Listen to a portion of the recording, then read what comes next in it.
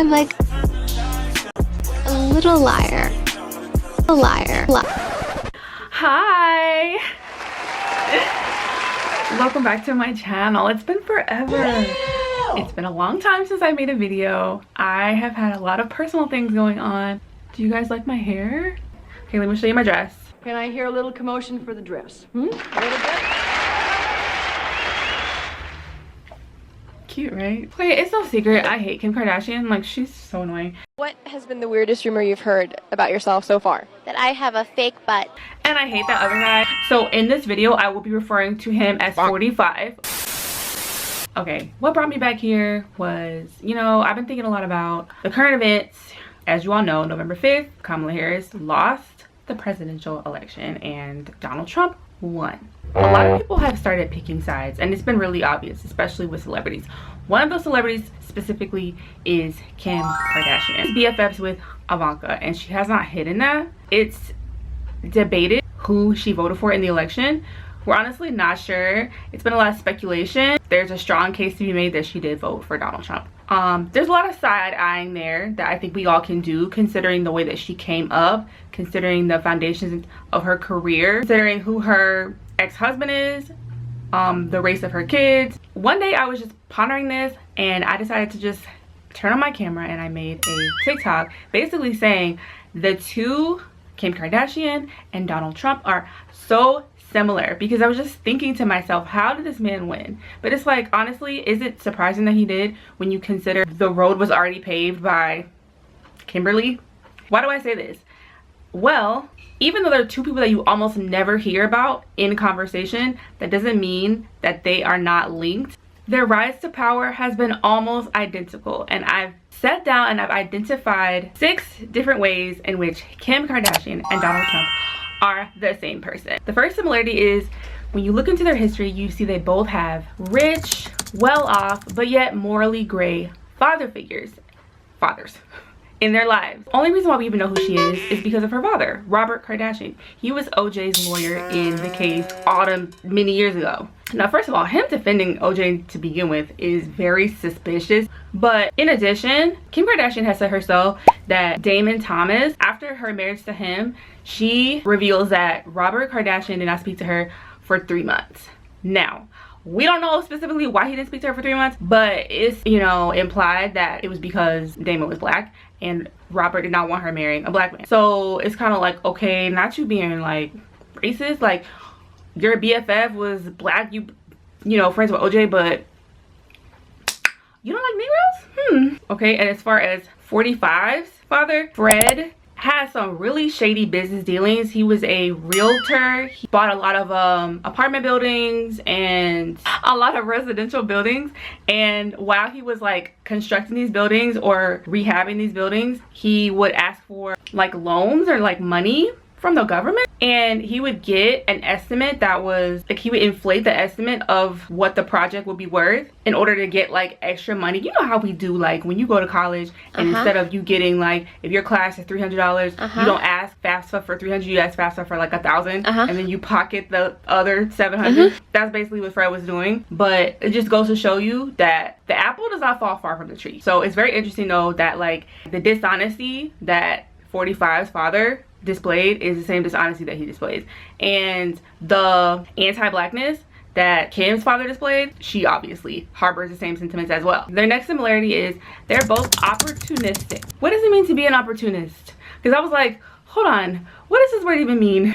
An opportunist is somebody who just takes advantage of whatever situation they're in to see how they can get the most out of the situation for themselves. So whatever it may be. So that's basically what both Kim and 45 have always been. We know that Kim has done this in every single relationship she's been in. Her first husband, like I said before, was a producer who was pretty well known. His name was Damon Thomas. He worked with a lot of really famous artists. Is that an accident that she married this guy? No. Like, she was 20 years old when she married this person. So 2 years out of high school, she's getting married. Like, what? Clearly that was a move that she made because she did not want to go to college. She didn't know what she wanted to do with her life, but she knew she needed that money. She also did a celebrity closet organizing venture, and I think Brandy was one of the people's closets that she organized. So it's like obvious that she took advantage of being close to Brandy, because she met Ray J. And we all know what happened after she met Ray J. She became friends with Paris Hilton, and she really used that to her advantage. This is really, like, aside from her father, this is really how we came to know Kim, was through Paris, who at the time was a starlet. What is that, blue?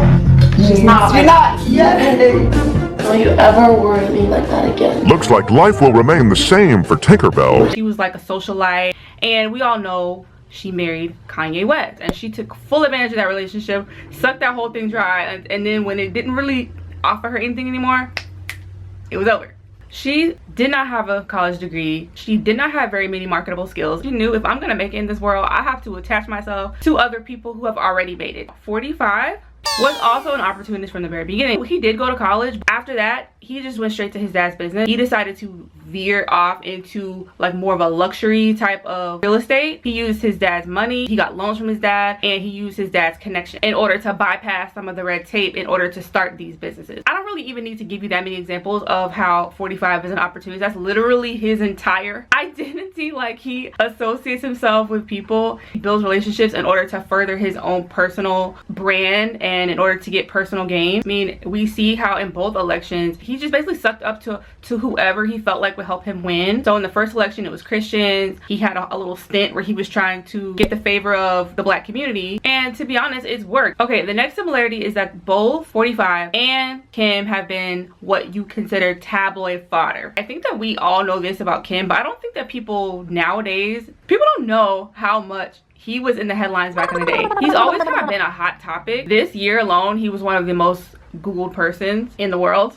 And a lot of this is due to just him always doing something shocking, always doing something offensive, saying something offensive. And when he does, people leech onto that for the shock factor and sell headlines. It's like the concept is still the same, even though the tabloid is not really a thing as much anymore. Everyone's trying to get traffic onto their site. 45 being blatantly just anti-everything has really helped people get traffic. And that's what they love about him. Kim is that person as well. Her career was launched by the You Know What tape with Ray J. And that led to a lot of press about it. Like, for some reason, it was just like so scandalous at that time. The tabloid culture and gossip media will ultimately be a major foundation for her career. It has encouraged her and has rewarded her to do and say outlandish things. Get your fucking ass up and work. It seems like nobody wants to work these days. Outlandish, shocking, and offensive things without remorse. And she's learned to kind of harness this negativity in order to stay in the limelight. 45 has done the exact same thing. The next similarity is that both of these people ended up being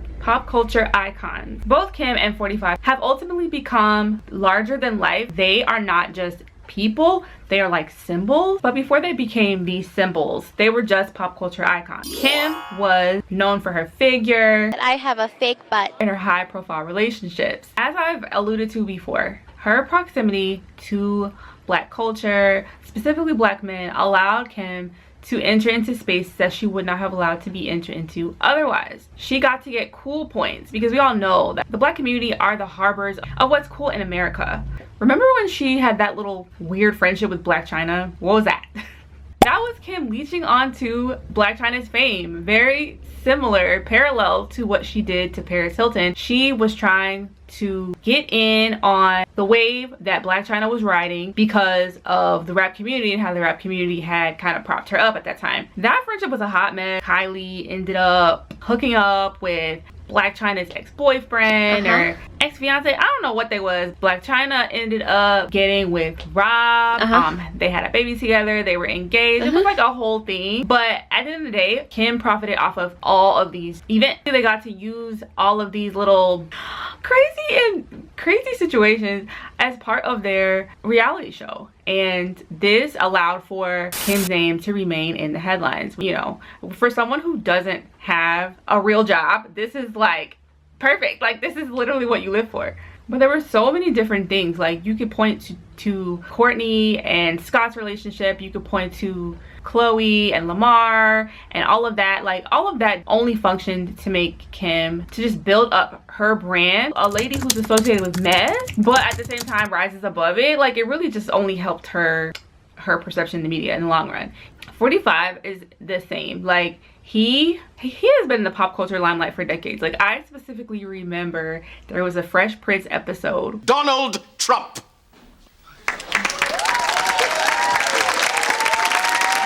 Mr. Donald! Oh my God!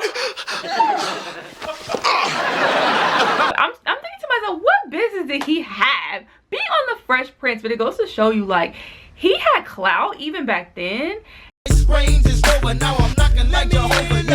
Let me in, Bill Gates, Donald Trump, let me in. Because of his controversial marriages, affairs, friendships, he was an author. The act of him stamping his name on every business venture, the university, the buildings, the hotels, and so what that did was that kind of cemented his identity in pop culture. Like, who can forget The Apprentice? That show came at a time when reality TV was popping. Like, everybody wanted to have a reality show. Him being the host, what that did was it got him a fan base, and that fan base is the foundation of his following right now. Okay, the next thing they both have in common is the shamelessness and the lack of remorse. Both 45 and Kim have no shame.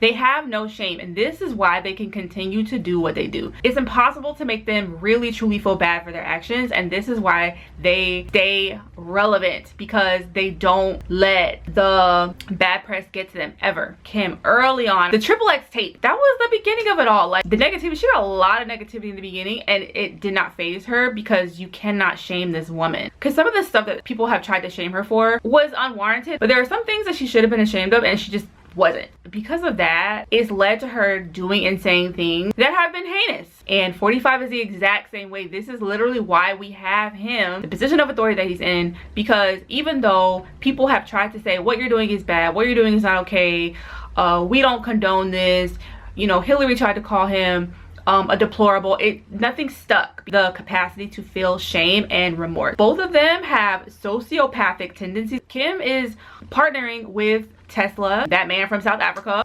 He funded 45's campaign. He's done some really morally gray, shady things, and Kim's partner with him. And she's done that because she does not feel bad. She's about her money, her business, and herself. And 45 is the exact same way.